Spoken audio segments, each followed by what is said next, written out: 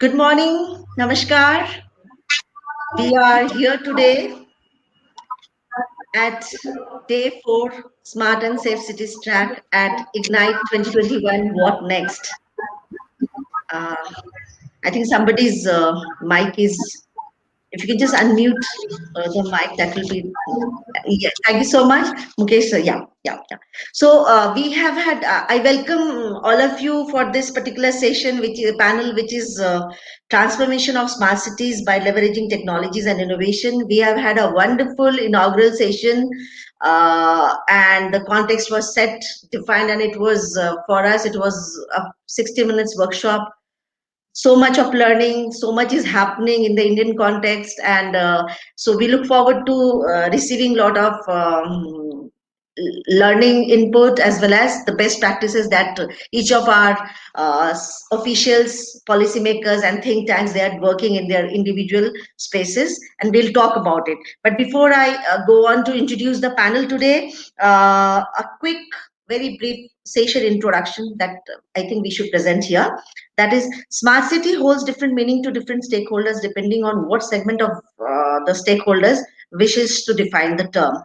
A smart city built properly will have different value for different stakeholders. Solution providers shall understand smart city as a technology-enabled smart parking, smart lighting, and so on. City officials may understand smart city as conducting administration and business online, perhaps applying online or looking for data records, etc., etc. The citizen has a different way of looking at it. If the services are available to them, they think that okay, fine, we are in a sorted smart city environment. If the services are not available to them, if they think that their quality of life is not enhanced, they have a different way of looking at it. Now I'll not talk because this is quite theoretical, so I will not talk about the theory part of the panel. Transformation of smart cities by leveraging technologies and innovation, this is very important. And a country like India, where the population is an advantage as well as a challenge also, reaching out to them, digital platform is a solution, and we can always scale that digital platform solution to the optimum, to reach out to the last mile, to reach out to the last person of the village, last village of the country. That's how I always quote, and this is something I've been doing it for many years now. So without much delay, we have a very strong panel, and I welcome all our distinguished guests. We have uh, Shri Amit Singh, he's Director, PwC. Amit, I welcome you. And he's going to moderate the very august panel that is there today. We have with us Sri Mukesh Malhotra, he's Chief Executive Officer, Bihar Sharif Smart City Limited. We also have, I can't see Dr. Garima Mittal, but she's also there with us. She's the Chief Executive Officer, Faridabad Smart City Limited. We also have Prem Narayan, Shri Prem Narayan, DDG and Joint Secretary, UIDAI, Government of India. Shri Anjani Kumar Singh, Commissioner, Gorakhpur Municipal Corporation.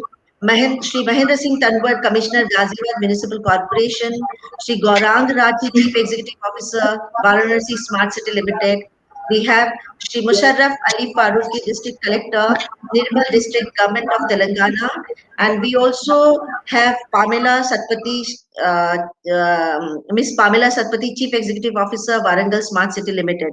Because of some prior commitment, Ms. Satpathy will not be able to make it today. So she was quite committed, and she was quite sport to do a recording with us. So we would love to hear her first. Amit, if you allow me to do that. Sure, Rajeshri. Please go ahead. Please go ahead. Yes. So we will hear what Pamela has to say, and she predominantly talked about the work that she has been doing, which is majorly on waste management, solid waste management uh, aspect of smart city, and also she talked about many smaller projects which they thought that smart, but they're not small in actual sense. So let us hear from Pamela Satpathy, and then we take it forward. And Amit, I hand this session now over to you. Kindly take it forward. Thank you so much. And I welcome all Thank of you. you. Yeah, all Thank our you. panelists are going to join in some time now. Yeah, Thank yeah, you. Thank you. yeah. So good afternoon, and I extend a very warm welcome, Ms. Pamela Satpathy. You are Good afternoon. Chief Executive Officer, Warangal Smart City Limited. Very warm welcome to Yes. you. So, Thank you. yes. So this is, I welcome you at this Ignite 2021. What next? That is the theme, that is the agenda for the mega virtual conclave that we are having. We have had SME, that is SME track. We have had BFSI track. Today is the day for the, today as in February 5, 2001 to 2021. It was digital transformation. And the last but not the least is the track for smart and safe cities. That is happening on February 6, 2021. That is today. I welcome you. We have had very invigorating, very rich 3 days track so far. And we have witnessed out of 108 speakers that we are going to have by the end of this Ignite 2021. So we have witnessed some very brainstorming, thought-provoking discussions around that.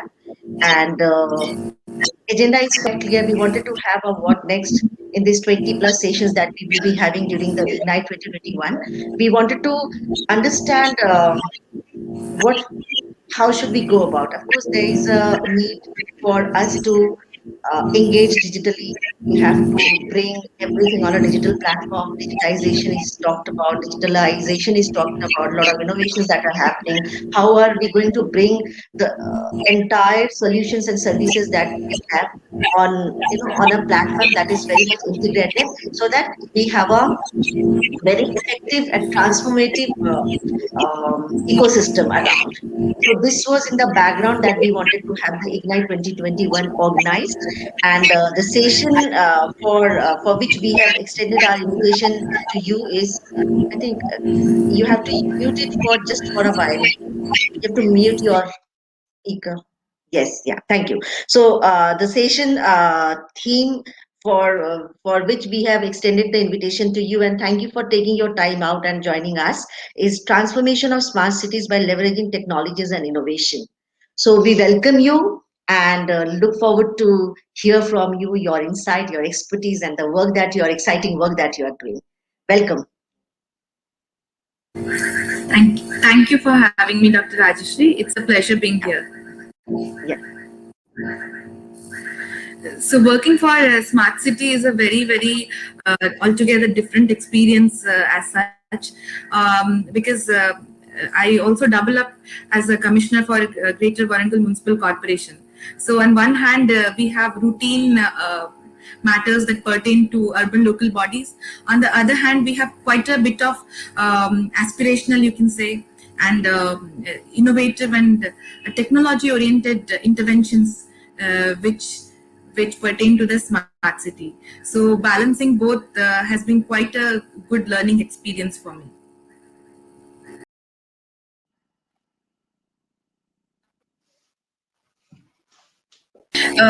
So basically, as a part of smart city, we had three kinds of projects. One is like core smart city projects, the others which are based on fund inputs from central state government, which are called convergence projects, and the some other projects on PPP mode as well. So basically, I'll talk more about convergence and our core smart city projects. So talking about themes, we looked at renewable energy conservation, we looked at solid waste management, we looked at smart mobility, also e-learning, redevelopment of libraries, and heritage conservation, tourism, lake cleaning, and other small projects which pertain to the quality, a good quality of life in the city. So talking about, since the panel pertains to mostly technology and innovations part, so talking about technology.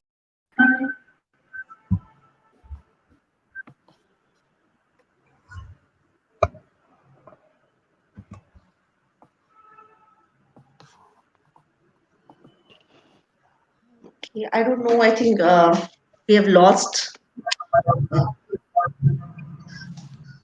I think we have lost her. Uh,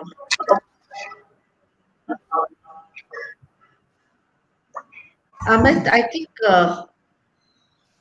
We will play Miss Satpathy's recording little later after the session, or how do you want us to do it? Because the other panelists are going to join. Fahim, So, are you there? Okay. So I think Amit, you can take it forward. I think Fahim is Yes, also. I think Amit, you can start and let people join in. Yes, Fahim. I think we should start it now. Amit, I welcome you and I request you to kindly take it forward from here. okay, just give me a moment. Okay, so first of all, I would like to thank Fahim and Rajeshri for inviting me to be part of this panel. I am really honored and I feel privileged to be part of this panel and to be in the panel where we have the municipal commissioners and the CEOs of various smart cities who are actually at the forefront of tackling one of the largest challenge which today we focus on, and that is the challenges that emerge in our country because of rapid urbanization. So, if we look at it, our cities are actually evolving at a rapid pace, and over half of the world's population today lives in, I would say, urban areas. So, the way our urbanization has happened in last 150 or 200 odd years, we are going to see the same change of urbanization in next 20 or 30 years, and it is expected that our 68% of our population would be living in cities. Now, with this growing population, there are new challenges that emerge and that in our cities, and we need to look in improving everything from infrastructure to connectivity. So when I talk to the city authorities and when I talk to the various stakeholders that are engaged in the complete value chain, few of them look at this as a viable business opportunity, developing technology to help cities efficiently provide proper foundation for energy, transportation, resources, jobs, and services to their residents. Uh, and that is where I see most of the officers and most of the people that I have interacted with look at glass half filled. And that is where they see this as a huge set of opportunity.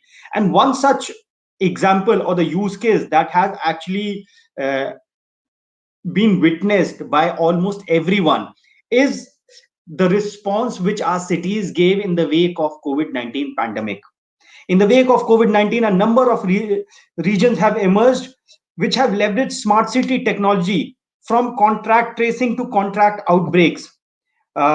If we look at the global examples, in Singapore, citizens were able to download a app that relies on a Bluetooth technology, something similar to what we had in our own country called Arogya Setu. While Taiwan has set up a digital fence system that tracks cellular signals in order to enforce home quarantine. Our own smart cities have effectively repurposed the integrated command and control setup, and they have been able to use that effectively in responding to the COVID situation. So, if we look at it, the COVID-19 pandemic has actually highlighted the potential of smart cities in bolstering uh, the entire pandemic preparedness of cities to respond to various kind of situations and move towards the phenomena called resilience. So integrating smart cities technology with thermal cameras and IoT sensors with AI has actually shown that how the spread of infectious diseases can be controlled. Now this is something which I would say is a mixture of technology and innovation.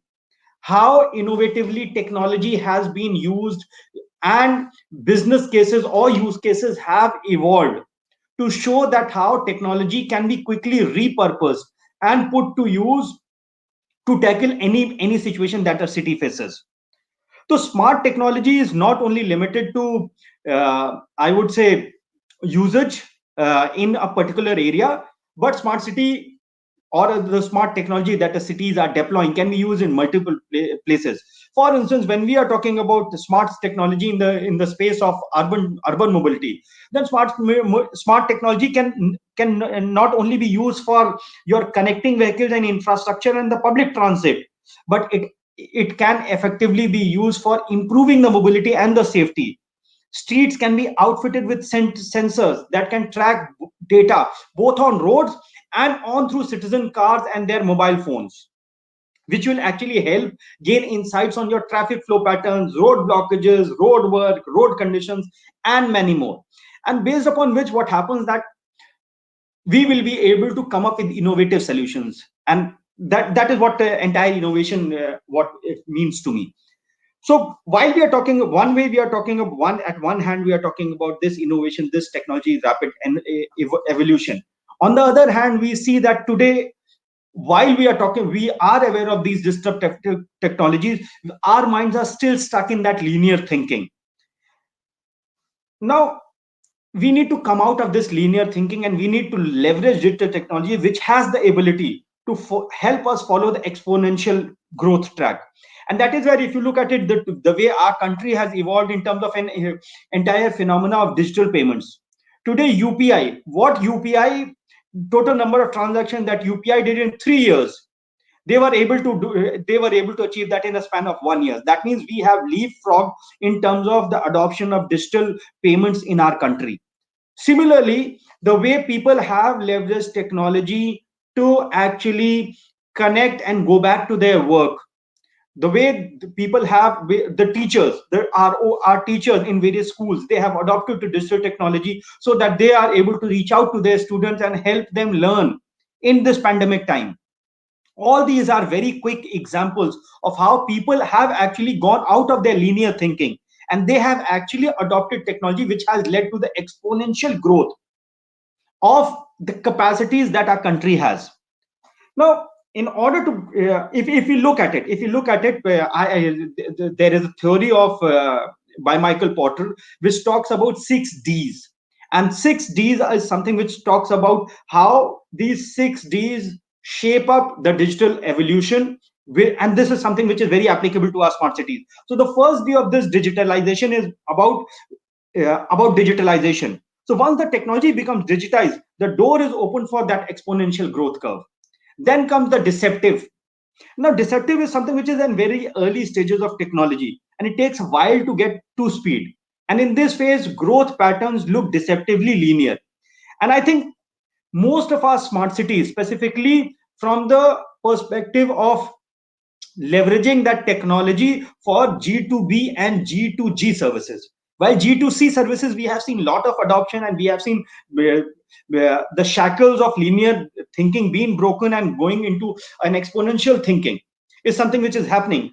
But our cities will only grow when this disruptive thinking is actually applied to the G2G and G2B, the government to government and government to business transactions.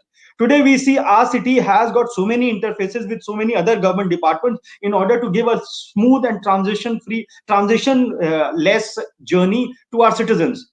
We see a lot of gaps over there, and that is where the deceptive piece is something which comes into the picture. The next phase is something which we call as disruption.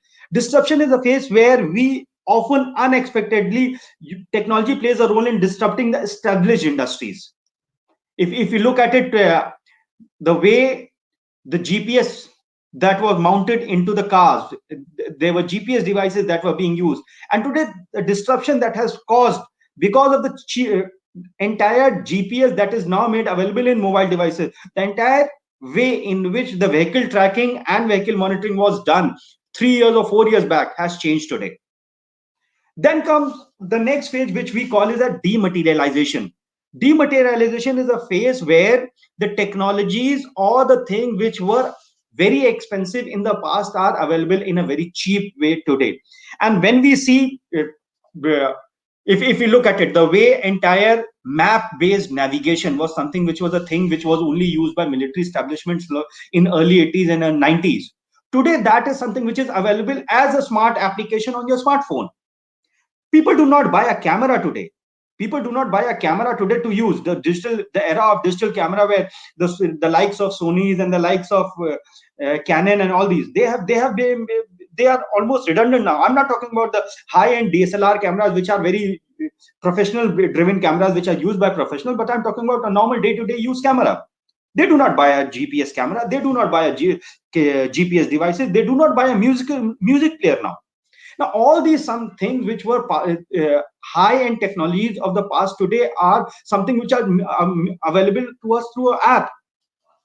So what I see is that all these technology innovations, and then another thing which is something, another D, and the D which I am going to talk about is something, of course, will raise few eyebrows, and that is something which I talk about: demonetization. The demonetization is not something which our country experienced in 2016, but I call this demonetization is that when money is taken out of the equation, that money is not something which becomes the deciding factor. Today, when we go and decide upon the access channel, we do not worry about the end access channel, because we know that the cost of mobile phone that is in the hand of our citizens is so less that people will be able to avail that service. So that thinking becomes default, and demonetization actually plays an important role into it. And then one of the other D, the last D in this entire equation, is the democratization. The way, if we look at it, the democratization of identity has happened through UIDI. It has actually changed the way the banking system was working, the entire telecom system was working, and anything else that we talk about to establish the demographics of the person. The way it has democratized to establish the identity of a person, the same way democratization of various other aspects which will be enabled through technology will actually lead to ensure that the services are not only available to the wealthiest, but it is democratized as large parts of the population gets their hands on it. And that is where I think we will directly go on to our panelists, and we will talk to them on how and what of all these D's do resonate with them, and what is something that they feel that the technology led innovation has actually helped them in addressing the concerns of the most important aspect of our democracy, that is our citizens. So I will move on to Mukesh sir. Mukesh sir, we would like to hear from you specifically from how you have leveraged technologies in Bihar Sharif Smart City Limited, and how it has helped you to cater to the needs of the citizen, and what is something that you envisage in the future. Hi, Samir. And in fact, before I come to Bihar Sharif, I would take a step back and also, talk about why we really need AWS. Now, if you look at one of the estimates, by 2030, in India, close to around 40% of the entire population is going to be living in the cities. And if you were to talk about the GDP growth, it's close to around 70%. So by 2030, around 70% of this entire GDP is going to be coming from the Indian cities. So which means that this is going to be creating a huge pressure on the resources of the city. The resources are limited. The cities, the geographical expansion is also kind of limited. And also we are seeing in the smart city, there's also not all projects are the fancy. It's a EVD, area-based development flow. So what this means is my resources are not just limited, but they are actually dwindling. And my requirement is only increasing. So what do I do? And this is where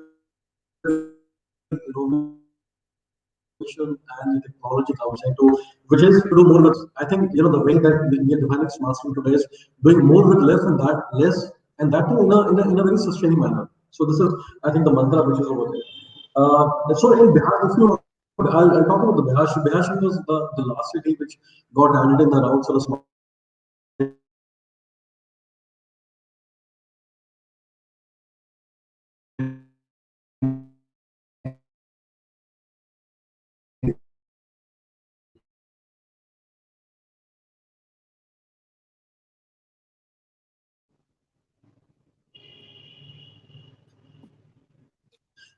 In fact, we all came in. I came. Am I audible or not? Yes, I sir. think, You are audible now, but I think there is in between there are some distractions. okay. Right. So, we started this, most of the projects we got started only in the last 6 months or so. ICCC, we started, the execution we started. I'll give you a perspective. Bihar Sharif is a small, it's like a wall city, Delhi wall city. The population is close to 3 lakh, and it is as well as a town that there are no traffic lights. Now, from a place where there are no traffic lights and it's a wall city kind of an area, we have started this project of ICCC where we're talking about having covering the entire city with the cameras. We are talking about the traffic light with the sensors. I come from Gurgaon, and we don't. I have not seen the environmental sensors in Gurgaon, which is supposed to be much more involved. But here we're talking about the environmental sensors, which can actually monitor, help in monitoring the entire climate of the city also. And so this is only one part. So which means that by the way of this innovation, an old city like a Bihar city can also be even be a much more smarter than maybe a city, in Gurgaon, which this is something which is not really happening. The second is the e-governance part, and here I think gone will be the days when there will be a long line in front of the Nagar Nigam for getting the birth certificate or the certificate. We are coming up with an app even for all these services, and there's going to be a consumer link also overhead. So all the services related to the e-governance, we should be able to give it to them. So this is how I see technology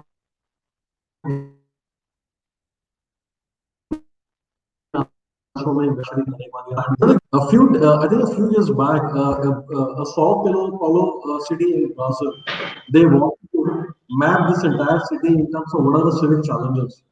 Now the city is much more evolved, and the city is much more ahead in terms of technology compared to a city like a Bihar Sharif. So what they did was that had taken a lot of time in terms of mapping the entire city as to what are the issues, whether it's a traffic light or the potholes or the roads not working, the streetlights not working, the clogged roads, etc. They just gonna app they give an app to all the citizens of the city, and within 4 hours or so, they were able to map this entire city. And this is what we are also trying to do that in the ICCC. So one map which has all the e-governance thing, it has got the SOS in terms of emergency, it goes directly to the police also, and also anybody wants to complain about the potholes or the road conditions, they just do it, put their video on this one.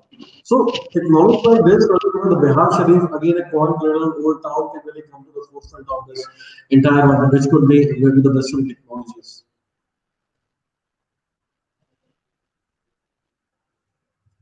Yeah. Thank you, sir. So, one thing, yes, this entire journey of moving from no traffic lights to an integrated command and control center operating at a city is something. Yes, this is a transformational journey, and definitely, I think one of the important things which we are talking about from innovation perspective. Innovation is not only merely about the breakthrough technology. Innovation is also about innovating your processes or innovating the way we are financing the project, or even in the way innovation in terms of the way we are approaching to our citizens altogether. Each and every aspect is an area where innovation can happen, and innovation will definitely change the way we typically respond to a situation. So from that perspective, yes, that's something which is a transformation journey, and I'm pretty sure many cities, many of our 4,000 odd municipal bodies can actually learn from how what Bihar Sharif has done. Moving on to So, our next. sorry, I Yes, just please. want to say, we just started the project of the ICCC. We just started recently. I think by the end of this year, we are going to be completing this one. So the journey has Yeah. started, yes, but we are providing. Yes. Moving on to our next panelist, Dr. Garima Mittal. She is the CEO Yeah. of Faridabad Smart City, and we have seen that Faridabad is the nearest city among one of the cities which is counted as part of the NCR, and definitely Faridabad had to catch up a lot more compared to any other city, because the expectations that the citizens typically had from Faridabad were actually emerging from the things that they saw when they moved in and around NCR. That is, when they moved in Delhi, they moved in Noida, and they moved in Gurgaon. That is where I think the reverse expectations from citizens of Faridabad were very high. And I think Faridabad Smart City had actually moved quite early in its smart city journey. And I think there was around as early as 2017 where we saw few of the projects coming to the forefront. So, ma'am, we would like to hear from you that what, specifically from the technology and its innovation perspective, what are the things that you would like to share with our audience? Yeah, thank you, Amit. And I'm thankful to the whole team for inviting us over. Basically, when you talk about smart city, it's the concept of smartness that the citizen think is required. So, very well, rightly pointed out that people of Faridabad have a concept of smartness as what they see in the NCR, and probably they wanted their own identity being revived. So Badkal Lake was one of the projects that they had highlighted as a smartness, a kind of a benchmark. So in and around Badkal, we have been making lots of smart roads because many of our industrialists and the people who have been here for probably generations at Faridabad, they have been going to the other countries, seeing other European countries, European cities and all, and they feel that why don't India and particularly Faridabad has something like that. So, like, yes, it has been some time. Our projects are on, and now we have few smart roads which can be seen. And in fact, we had a 500-meter pilot stretch. Which we developed, and it had colored pavers and a beautifully designed plazas and sitting areas. And when people see smart poles there and individually controlled street lights and underground electrical works, and the road looks very wide and clean, all CC roads. So I think when they get out of their houses, they get a feel of an international city, and they say, "Ki, I mean, we have improved a lot." Though maybe everyone has a financial constraint, and smart city is basically a lighthouse. So I think when you talk about modernity, digitalization, so these smart poles, these smart lightings, and underground electrical systems, CC roads, and beautiful, neat walkways. So they have all made a difference, and the citizens' perception is that smart city is making better roads than the municipal corporation, and they are far ahead in the technology, and they love to relate with it. Secondly, as you mentioned about ICCC, it has been the main discussions in most of the smart cities discussions. Our ICCC has been up and running for last 1.5 years. So we have a great mine of data, and we plan to have a data scientist in our next PMC. I mean, that is the amount of data we have and how we want to really use it for getting some, maybe, how to sustain our ICCC in the long term. So when we talk about innovations in there, firstly, I like to highlight that we are very happy to say that probably we were one of those smart cities which had a very ground level innovation, wherein one day when we walked into our ICCC, saw 50 cameras running, and there was water collected in few of them after late night monsoon a day before. So we just analyzed it and gave the values to the XCN of the municipal corporation, and he could mobilize his team accordingly. So when we asked him for a feedback after maybe like 20 days, he said, earlier all the complaints were coming from the citizen, but now because it's camera based, coming from infrastructure, and it's very specific and real time, I could really mobilize my team in a much better way. So probably he was saying his 80% of effort is now more directed rather than coming randomly from the public. So we were happy to give a very ground level real time data, and which effectively helped the MCF to deliver the services. And in fact, I will say when the monsoons were not there, one of our cameras was still showing some water on the road, and we informed the concerned XCN, and he said, "Yeah, we could find a water leakage because of it." So maybe like the technology helps us in more practical ways and just not the apps and these hi-fi things. So I think we need to understand what actually is smartness, and if we actually can decrypt it, so probably we'll have Indian smart cities, actually what is more relevant for the Indian cities.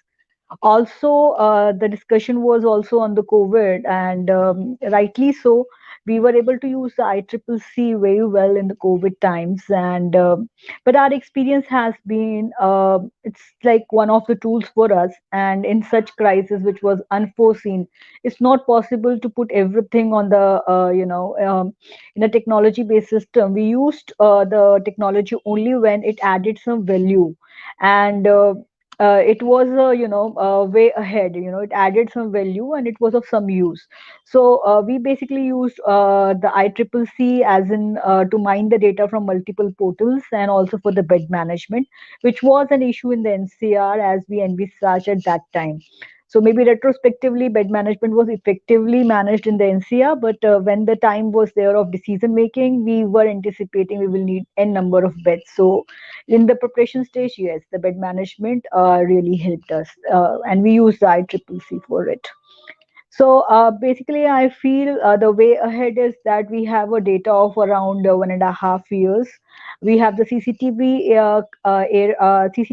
data, and also we have the ATCS data, and we have some fellows working on it, and they have been deputed by Government of India, and I'm sure they're doing a great job. And in fact, they have suggested us that we can actually increase the the scope of the green corridors. At present, we are actually able to make around 5 to 6 green corridors as per the requirement of the civil hospital. But we can also do it for the other patients, as in the requirement comes from the other hospitals that are private. And also, we have more corridors as they come in. We have total 5 corridors planned for the Faridabad Smart City. So it's a long journey ahead, and also we get very excited when we attend some international conferences and see other international cities are far ahead from us, and that's an inspiration. That's a journey now that we look forward to, and it's a long distance to cover for us.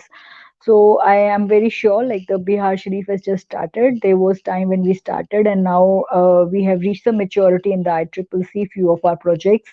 And what we have understood, if you have to get the acceptance from the citizen, probably there are few pilots we need to do to show them what we are doing, because actually the projects are really big and it has a huge gestation period.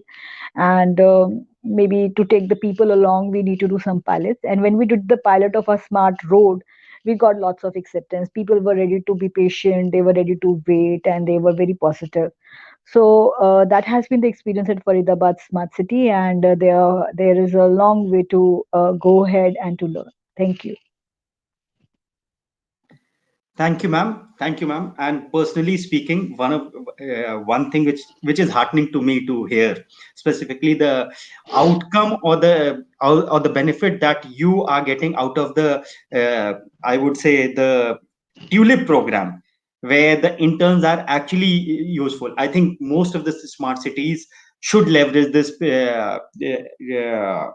of fellows who have been made available to the cities, as because they bring in freshness in terms of their thoughts.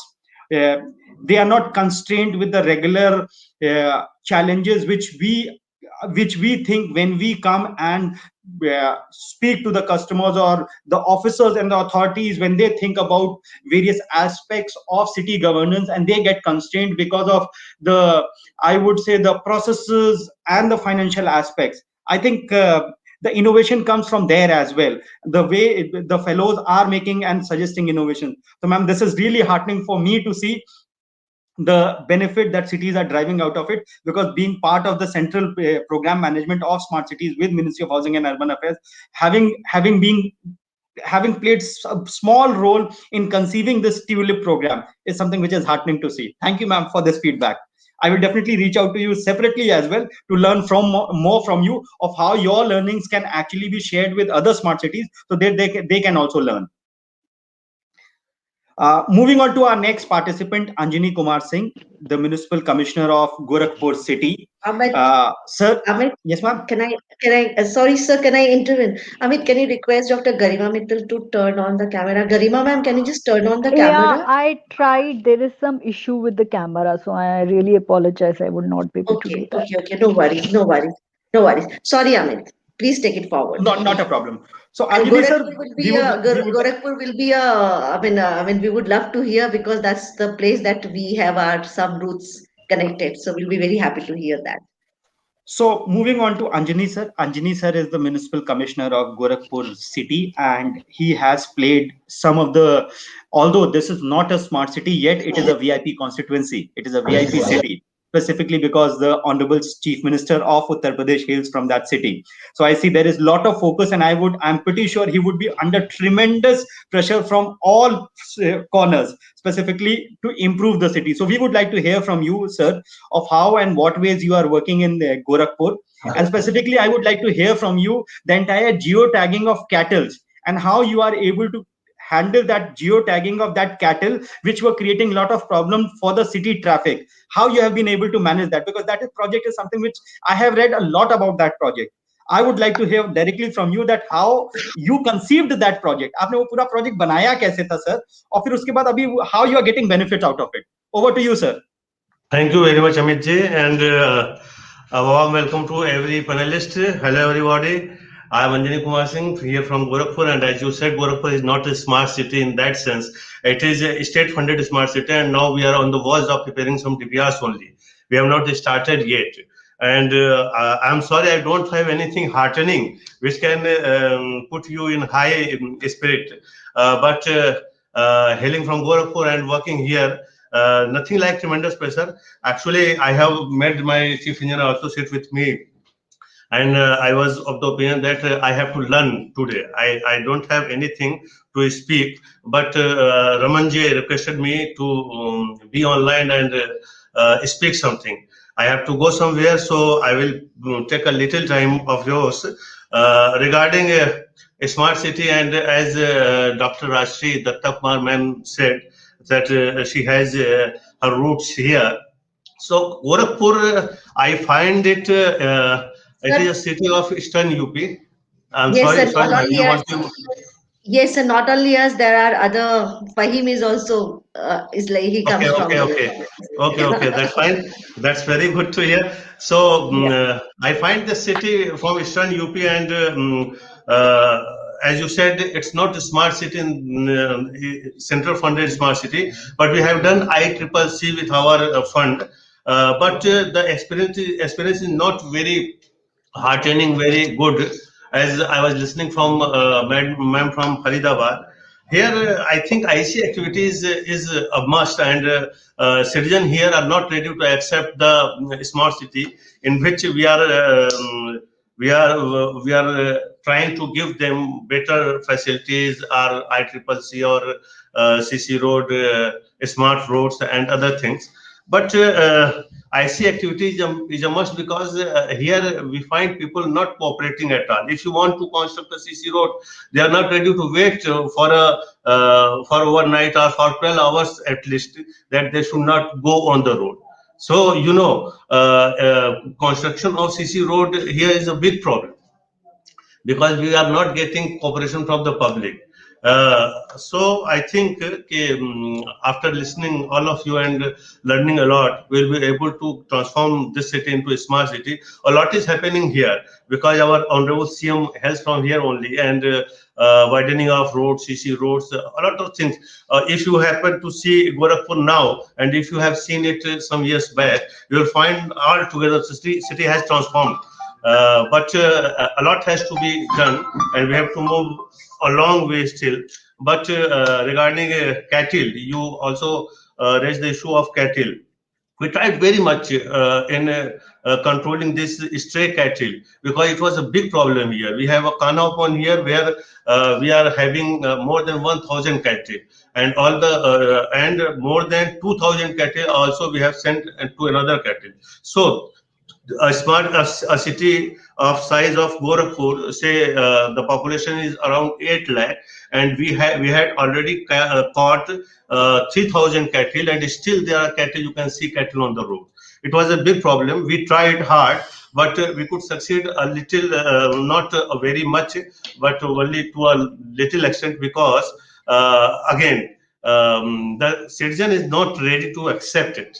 What we did was we tagged the ears of every stray cattle. We tried that we have to reach to every cattle, every stray cattle. Here, people who have domestic cattle also, they leave it in the daytime. After milking them, after getting milk from them, they leave them stray. So we reach every cattle and get the tags, the year of each cattle tagged with a particular number. And the idea behind this was that if that cattle is found stray, then we can have a snap of that number, and all the cattle were fed, all the numbers were fed in our data, and we can reach out to the master, to the owner of the cattle, and find them adequately. It worked. It worked for 1 or 2 months and 3 months, but later on, if I get the name of owner also, and if he refuses to give the fine, then police have to intervene. And we don't have so much staff, neither police staff nor our staff, who can execute it on the ground. It worked a little, but I would say some 20 or 30% we have been successful, and we are still working on it. Regarding smart city, I don't have much to say, but what only I can say that learning from you, and after learning from you, we can do a lot, and we can transform the city. As I said, I'm sorry, I am in a hurry. I have to go there, but I was very much keen to listen all of you. So I joined the panel and I joined the group discussion, but I have to leave. So please, I apologize for that. And that is all from my side. Thank you very much for listening me patiently. Thank you. Thank you, sir. Thanks for your time. And we would definitely want to do. We would definitely want to compile the learnings from various smart cities, and we would definitely like to share with you. I take it as my personal mandate. I would definitely compile the learnings of various smart cities, specifically with respect to technology interventions and how cities have been able to take citizens along when they implemented those projects, and what were the issues or the challenges that they faced from citizen adoption perspective, and how they were able to convince their citizens bring them onto their side. We will definitely like to share those experiences with you. And since I am from UP, I hail from Lucknow, I would definitely like to come and see in whatever way we can actually come and work with the city. All of you are very much welcome at my place. Please do come, and we will have a nice time. And I would like to hear from you. Thank you. Sure, sir. Sure, sir. Thank you. Thanks for your time, sir. So we move on to the last part of our session, where we were able to hear one as a mature smart city, a city like Faridabad, which has evolved from a non-smart city to actually at least a city which has started generating a lot of data. Now this data is throwing open new patterns basis which city can actually find how city breathes, how city lives, and how city is evolving. Now this data itself throws up a lot of opportunities for innovating in the way city is responding to the citizens, innovating in a way city is changing its services, innovating in a way city is approaching to its citizens. So it is very important. Then we heard from a city like Bihar Sharif, from Mukesh sir specifically, how Bihar Sharif has started small steps towards moving in the smart city journey. We would definitely, sir, one thing which we would like to tell you, city can definitely learn from the compendium that has been prepared by Smart Cities Mission of various projects and how these projects have evolved. I would definitely encourage you to go ahead and use that compendium of the smart city project which has been created, and definitely instead of starting from the scratch, you can actually hit the ground running from day one based upon the learnings of those projects. And of course, a city which is not yet tagged as a smart city from the central mission perspective, but state has taken up that as a smart city, and they are actually eyeing of what ways they can onboard citizens onto this journey. This also requires a lot of innovation, technology based innovation, how and what ways you are making that information available to the citizens. Now that is also something which is innovation.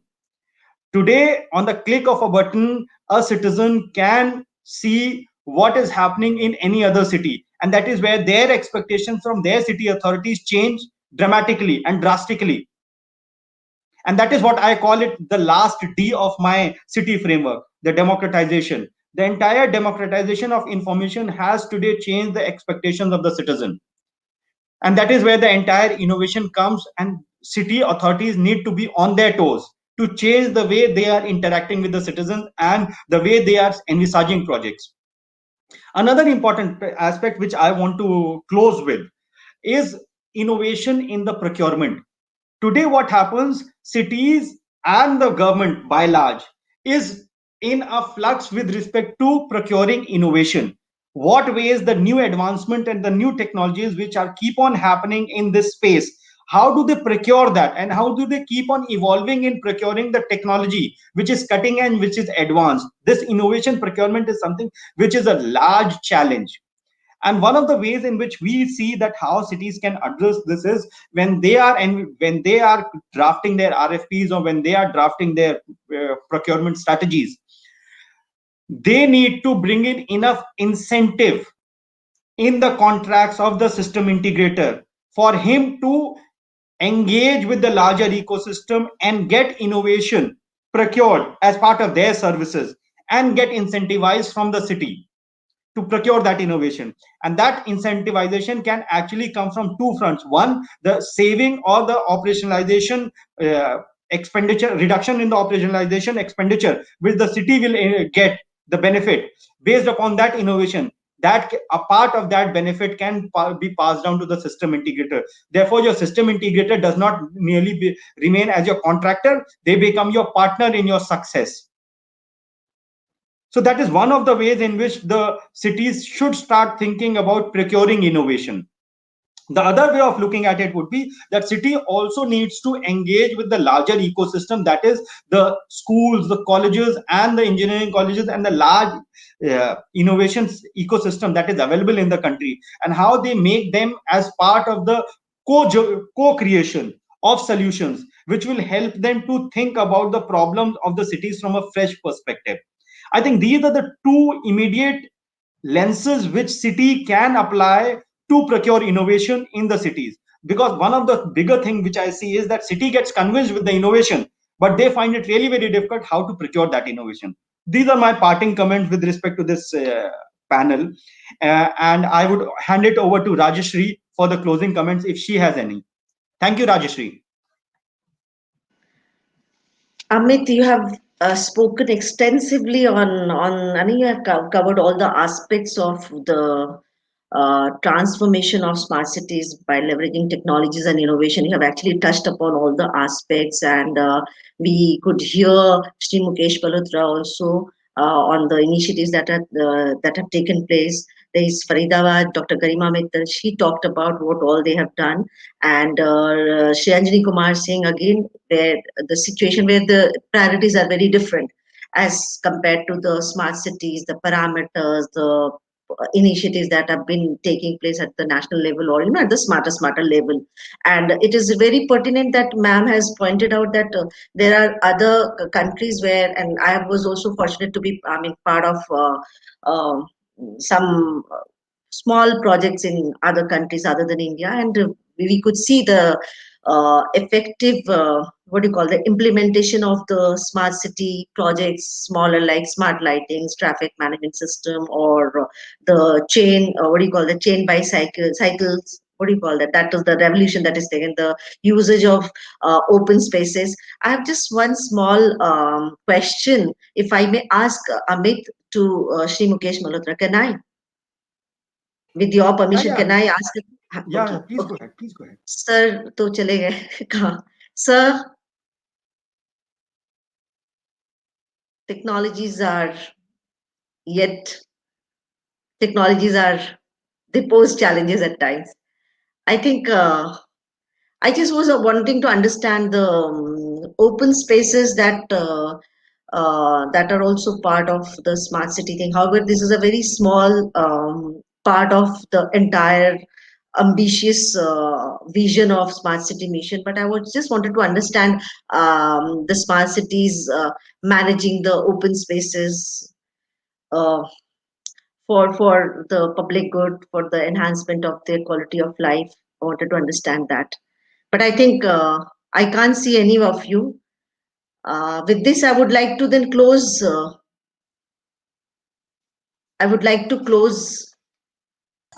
I think so. Amit, you're Mukesh ji there. is there. His camera is off.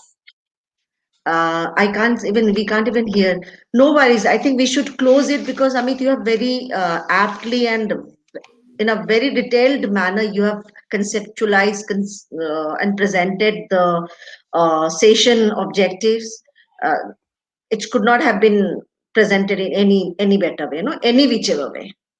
So thank you so much. Thank you, Rajeshri. And yes, and I think the panelists, those who could not make it, they'll be making it in next 5 or 10 minutes. We have been receiving the text that they are coming and joining it.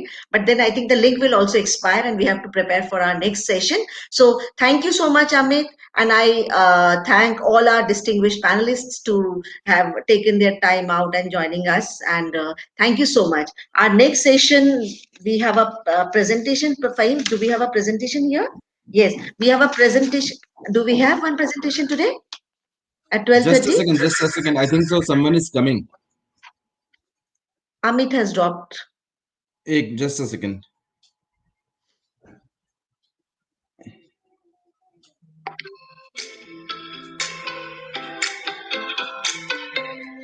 Mukesh ji is just logging in again. There is a question also.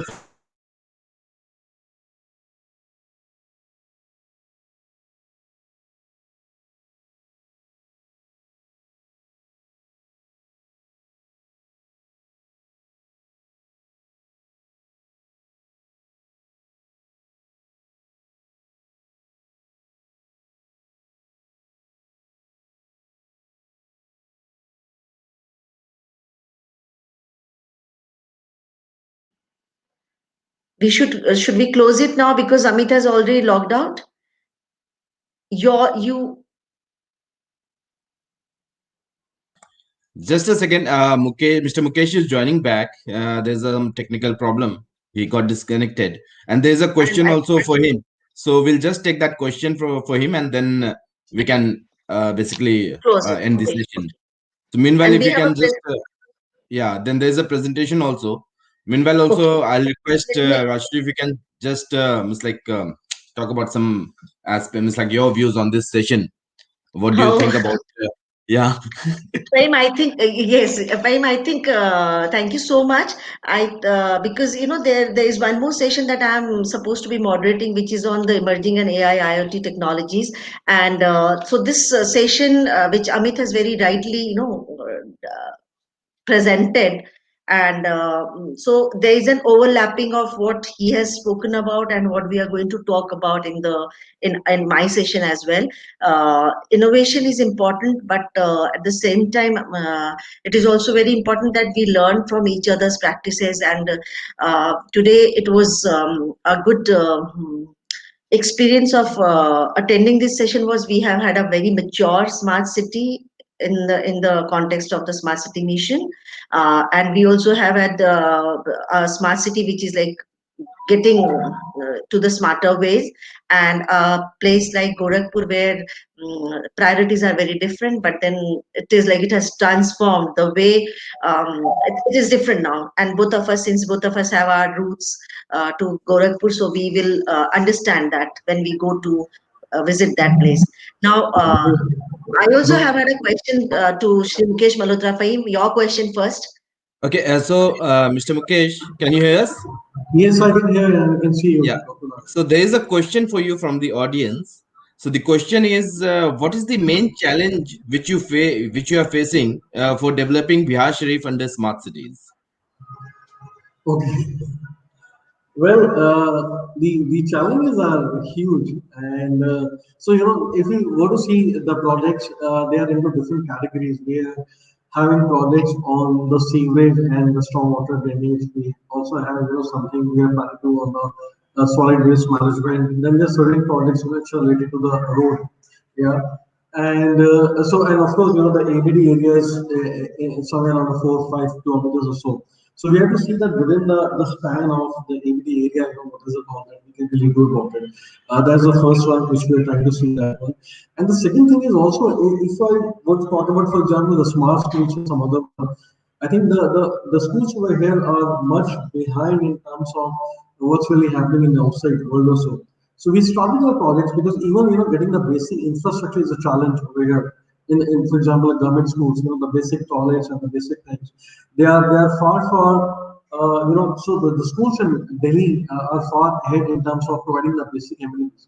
I think once even if you are able to get into that one, which takes care of the 95% of the providing the infrastructure, I think that would be a if you're able to attract the kids, for example, to the school, I think that's the first challenge. It's the battle which is happening. And the second, yeah, of course, the challenge, as in when I said, most of the projects we started executing from the July onwards. And joining over here in July, the last 6 months have been in terms of tendering this entire project. So planning to get into that one as and when it comes in. So let's say putting our fingers crossed, going one baby step at a time.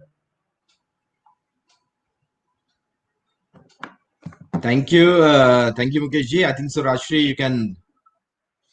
You're You mute. Just one question. Yes. Okay, so just one question. Amit was also there, and I was just trying to address, put the question through him. But then, sir, now that Amit has logged out and you are here, would also like to know the importance of open spaces which is one of uh, the core components, I mean, core plannings of smart cities. However, it is not very crucial, but it is equally, it has been given very adequate weightage. So, wanted to understand. Why, what, and how are you looking at designing the open spaces and for the quality enhancement of the life of people, quality of life of the people? So how do you see that? So as you know, as I said, that Bihar Sharif is a convention city. It's like a typical wall street area of Delhi. But the best, a good part of it, there are a lot of these erstwhile ponds which are over there, which are not being developed. Either they become all dirty. People are throwing the garbage over here, or it's like there's no water. It's kind of exchange. So what we are trying to do is developing a lot of these ponds. Now, this will happen two ways. One is that there are no open spaces erstwhile in a conventional Bihar city, but yes, at the same time, we have all these, some of these ponds could even be used as a dumping ground also. So, A, that we clean all that, dumping sites. B, we provide a clean cities, as you said, ma'am, to the cities. There's a good shading space to the cities. And C, also, it also helps in, creating this entire, restoring the ecological balance and, in the Bihar smart city. So, two or three problems get killed with one thing in terms of developing all these ponds. So we started a project. In fact, two or three of the ponds will get in the next 3 or 4 months or so, and there are other ponds which are being developed on that one. So this will give these citizens a good space, a good clean space also to really go and of course restoring the ecological balance.